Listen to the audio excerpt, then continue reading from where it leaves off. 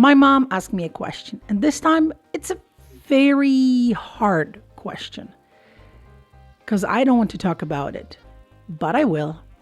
So she asked me, Claudia, what's going to happen with all my digital life, all my digital accounts, online presence, subscriptions, and everything after I'm gone? When she asked that question, I was more like, I don't want to talk about it, Mom. No, we are not talking about it. We will talk about it later. We will talk about it later. No, we should talk about it right now.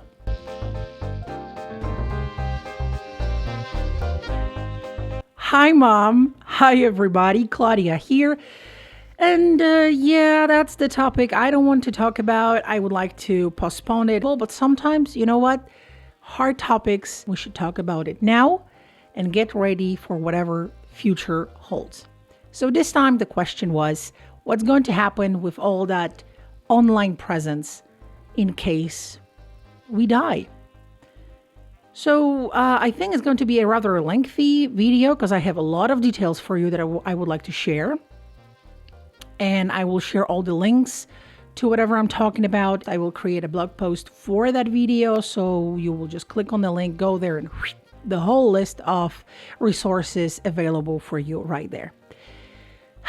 But for all of you who don't want to go through all the detailed video, here is a short summary. 4 things to remember. Number 1, take your time. It's going to be stressful, or it might be stressful to go through all that digital life.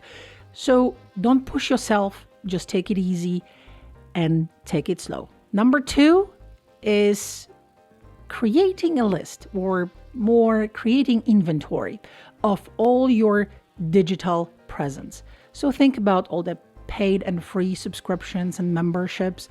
Think about all your social media accounts, emails. Maybe you created a website, put that on the list.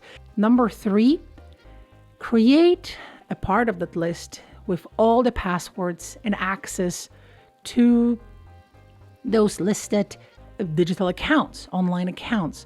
So your loved ones, whoever trusted, will have access to it. And based on your directions, they will do whatever you wanted them to do. And number 4, create a video or audio file with your life story. Just because, you know what? Who is the best person to tell your life story to the next generations, or to your friends or family members, or those family members who are not born yet? You are important. Share whatever you want, whatever story about yourself you would like them to listen to or to watch. So that's it. Those 4 steps, 4 things you should take under consideration. That's it. So thank you very much for watching. For those of you who don't want to watch the long one, and the rest who are willing to watch the more detailed part of the video, let's do it. Let's do it right now. Death is not optional. Here I said it. Yes, I did. Even though it's a very serious topic, let's try to make it more... Well, I've got no word here, because it's not light really, but at least the form of communication, that topic, let's make it not as sad as it is. So yes, death is not optional. So now we know that, so we can jump to organizing everything. Many people, I'm not saying all, but many people are organizing their lives towards the end of their life here on Earth. We are doing that with our offline presence, with the offline life, but we also have to think about the digital life, the online life. Because, and you know that because you are watching this video, so you are online, there are so many places, services that we are using online. We are there, we sign up for something, we subscribe to something online, and it would be good to kind of make sure that we organize all of that before we are gone. Our online and offline worlds are connected. And like with that offline part, probably you have a trusted person, family member, your child or friend who is going to or a lawyer who is going to take care of everything that you are going to leave behind. Well, let's do the same thing with the online. Take your time, organize. Organizing your digital life, it's not something that you will do within few hours. And if you can do it within few hours, well, great. But if you can't, how about to start earlier, organize it everything throughout, specific period of time. So that's why take your time. Don't rush yourself. Something that can help you is creating a list. Ask yourself a few questions. Where are you online? What websites, services have you been using throughout the last, 15 years? Where online did you store all the pictures and videos? And when you start answering those questions, you will create a gigantic list of all the places, all the accounts and profiles that you use online. What do you want to happen with all your digital life, your digital presence after you're gone? And who should take care of this? What you want that digital life executor to do with your emails, with your accounts and profiles, your social media accounts, closing your online subscriptions and memberships, deleting your photos and videos and all documents that you store online, or maybe share it with somebody else, or then share with whom. You have to answer all those questions. Okay, let's start with emails. What can be done with your emails? There are services like, for example, Gmail. You can select the option that if you are not using that account, the account is not active for several months, and you can choose how many months, that account is going to be deleted. In case you are not using Gmail, but other email account, no worries, just go and check what are the options available from that different provider. Think about your social media profiles: Facebook, Instagram, WhatsApp, Twitter, Snapchat, TikTok. Think about all those social media platforms you are using and check their settings if for anything like legacy contact or what happened in case I die, what happened with my profile in case I die.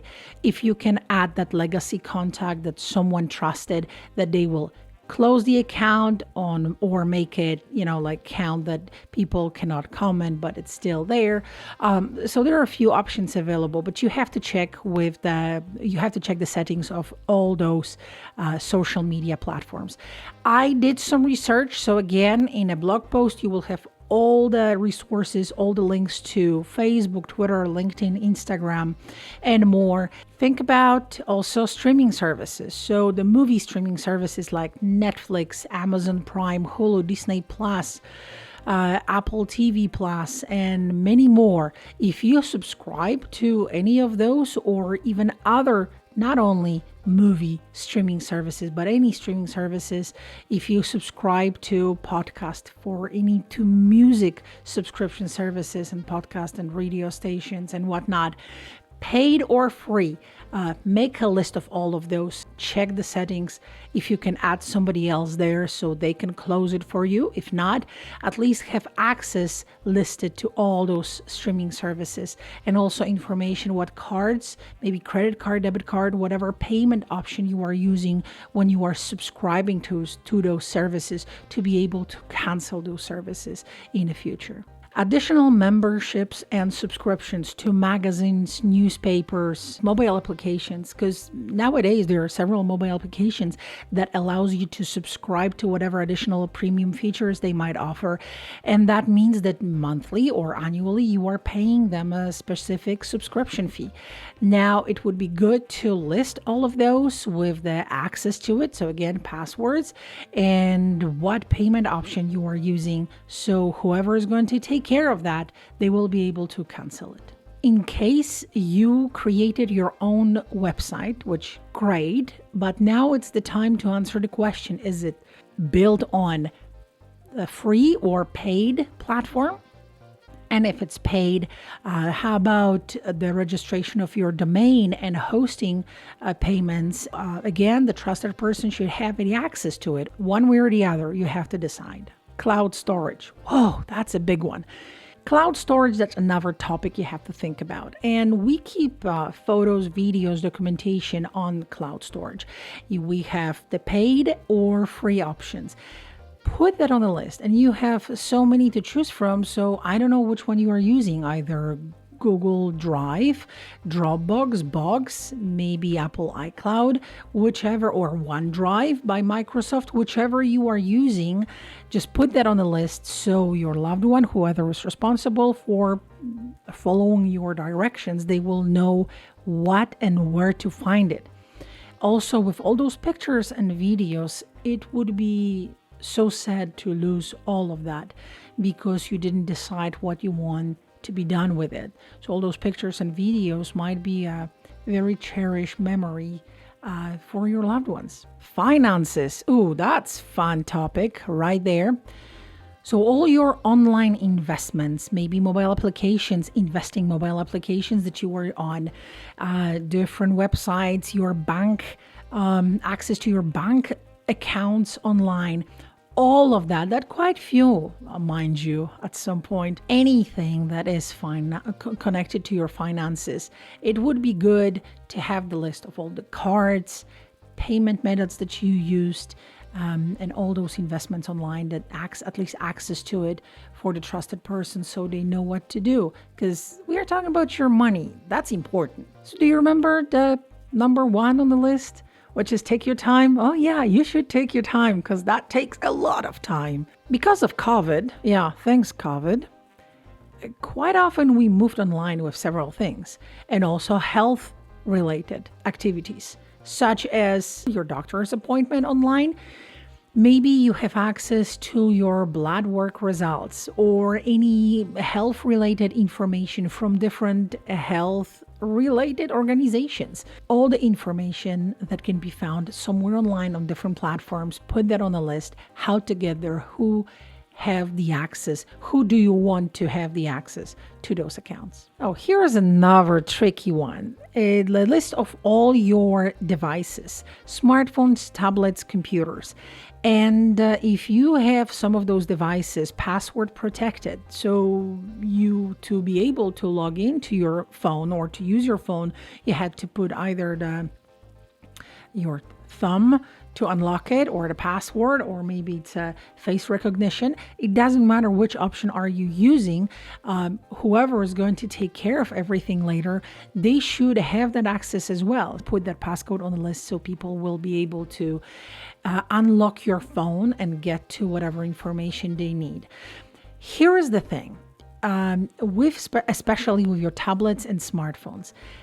In many cases, if you are using whichever application, there is the option in many mobile applications that you can unlock the application by face recognition or the fingerprint. And then, so you don't have to put the whole password and username. If the trusted person does not have access to your passcode, they won't be able to get to that specific mobile application that maybe you want them to take care of. So that's why that passcode, that face recognition, is so important. If face recognition does not work, your phone will ask for the passcode. So that's why it would be good to add all that information on the list so they know what to do. Because the worst case scenario is somebody needs to take care of your phone, they want to unlock it, and they won't be able because they don't know the passcode. And again, check in the description, check the blog post. There are some resources when it comes down to Android and Apple, how to add the legacy contact or what to do in case you die, what can be done with your smartphone. Throughout all those topics that I just mentioned, I mentioned quite often passwords and access. There are third-party applications, they called password managers. Keep all your passwords in one place in that password manager application, and all you have to remember is just one main password to get to that application. If you are using the password manager application, that's great because it means that the access to all the password, all the usernames is right there. But don't forget to add that main password to that password manager application on your list, so the person who's responsible for everything later on, they have the access to it. If you are not using password manager application, that's okay too, although they're rather useful. And you have also family sharing options, so your family members, you can guys share the passwords. Okay, but that's another topic. In case you are not using password manager application, that's fine. Just make sure to have those passwords and usernames available somewhere safe. Maybe have additional list with that. It's up to you which route you choose, but just be aware that whoever is going to take care of your digital life later on, they need to have that access to follow your directions. Okay, so pretty much that's it. That's enough. That's a lot. Create that cheat sheet for your loved ones or friends or whoever is the trusted person to know what to do. Add the directions, what you want to be done with your digital presence, with the digital life. Don't forget about passwords. Think about every inventory of your digital life. That might be quite a long list. So start earlier so you are not going to rush yourself or pressure yourself. Let the person that you trust or people that you trust, let them know that you are creating something like that. Give them the access to it. Tell them, hey, this is what I want. And the last on the list, think about creating video or at least audio with your life story. Because when you are not here, if we are not here anymore, maybe there is something that we want to share with our loved ones, with friends or family members. And then that can stay forever with them and they can get back to it, cherish it. So think about creating that video or audio as well. Okay, that's it. That's enough. It's terribly hard topic to talk about, but I know it's important. So here we are. All the resources are going to be in a blog post. In the description to this video, you will have a link. Just click there. You will check all the links to the different websites and articles that I hope you find useful. And okay, what else I would like to add? Mom, I love you. Don't go anywhere because, yeah, I'm not ready. As always, stay safe, stay groovy. See you next time.